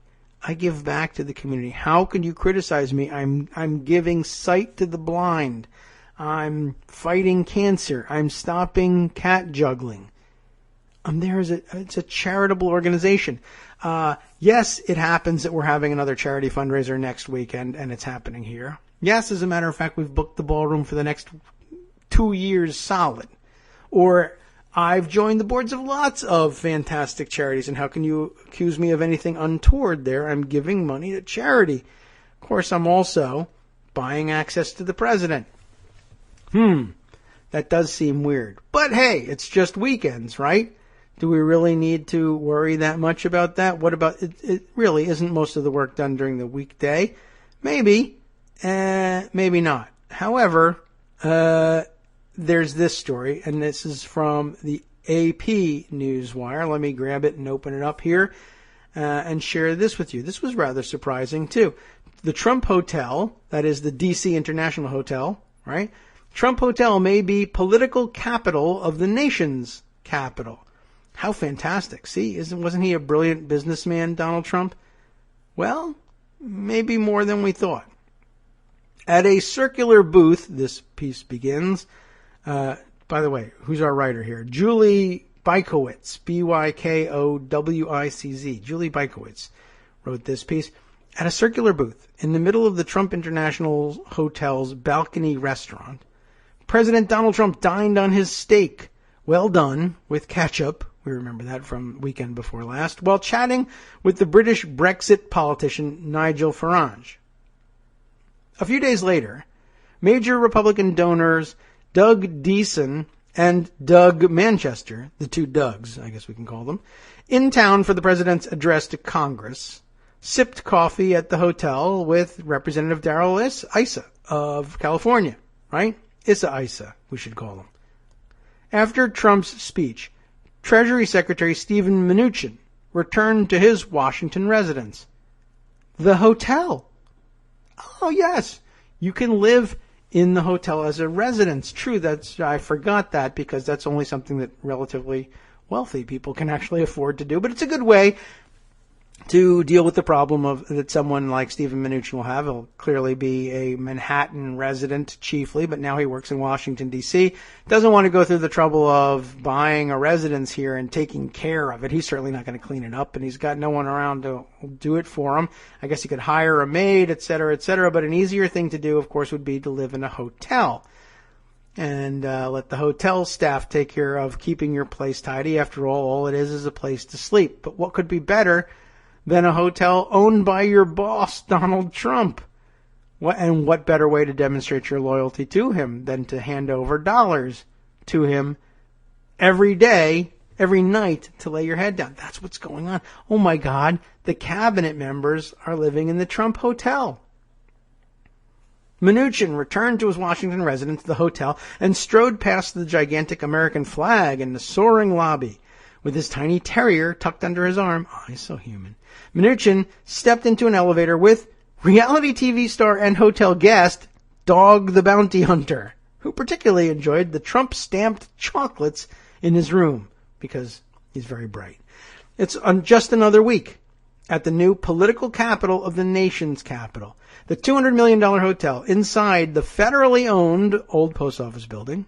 And remember, he shouldn't be able to have that lease on there. And from day one, he was in violation of the emoluments clause, as Armando has illustrated amply.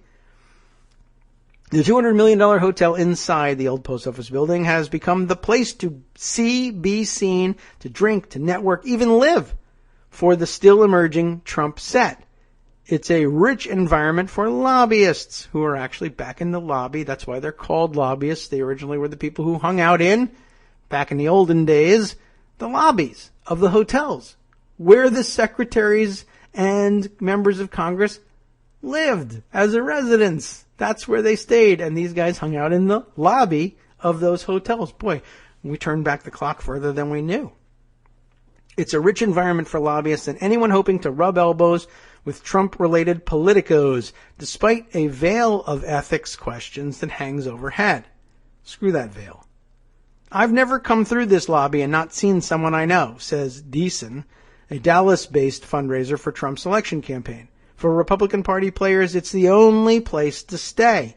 I can tell you, this hotel will be the most successful hotel in Washington, D.C., says Manchester, adding that he would know because he's developed the second largest Marriott and second largest Hyatt in the world. Largest doesn't mean most successful, but whatever. Manchester says Trump's hotel will attract people based on its location near the White House and Congress, the quality renovation, oh, so beautiful and classy, and the management team. I doubt it. Then there's also the access. The access. Although Trump says he is not involved in the day-to-day operations of his business, he retains a financial interest in them, which is the point. It's not supposed to be that you're too distracted. It's supposed to be that you're not supposed to have emoluments. But anyway, a stay at the hotel gives someone trying to win over Trump on a policy issue or political decision a potential chit. No doubt he'll ask you where you're staying if you come to visit him. That's what concerns ethics lawyers who wanted Trump to sell off his companies as previous presidents have done. President Trump is in effect inviting people and companies and countries to channel money to him through the hotel, said Kathleen Clark, a former ethics lawyer for the District of Columbia and a law professor at Washington University in St. Louis. She said the pay-to-play danger is even greater than it would be if people wanted to donate to a campaign to influence a politician's thinking. Spending money at a Trump property is about personally enriching Donald Trump, who happens to be president of the United States. The White House strongly disputes there's any ethical danger in Trump's business arrangements. We could go on from there. I don't know whether we'll have time. I don't know whether you're interested. I don't know if you'll learn anything you haven't already learned. But it would be interesting to skim through here and see who else is staying there. We'll probably try and add that, but I just wanted to kind of shoehorn in one or two other concepts here. One of which is that, what were we going to say with this? Yes. Oh man, I don't even know if we're going to have time to do this. What we ought to do, I guess, is then return to this next paragraph that points out, this is very interesting, right? The White House, of course, disputes all of this. Trump can see the hotel from his White House, the White House. When a Fox News interviewer mentioned him recently, Trump responded, "Isn't that beautiful?" But while the interviewer pointed out that he can see the property from his desk in the Oval Office, Trump says, "I'm so focused on what I'm doing here, I don't even think about it." Still, he couldn't resist the short trip over there for dinner on his only weekend night out after becoming president. weekend night out in Washington. Anyway, a reporter from the website Independent Journal Review was tipped off about Trump's dining plans and sat at a table near him. You'll remember about that.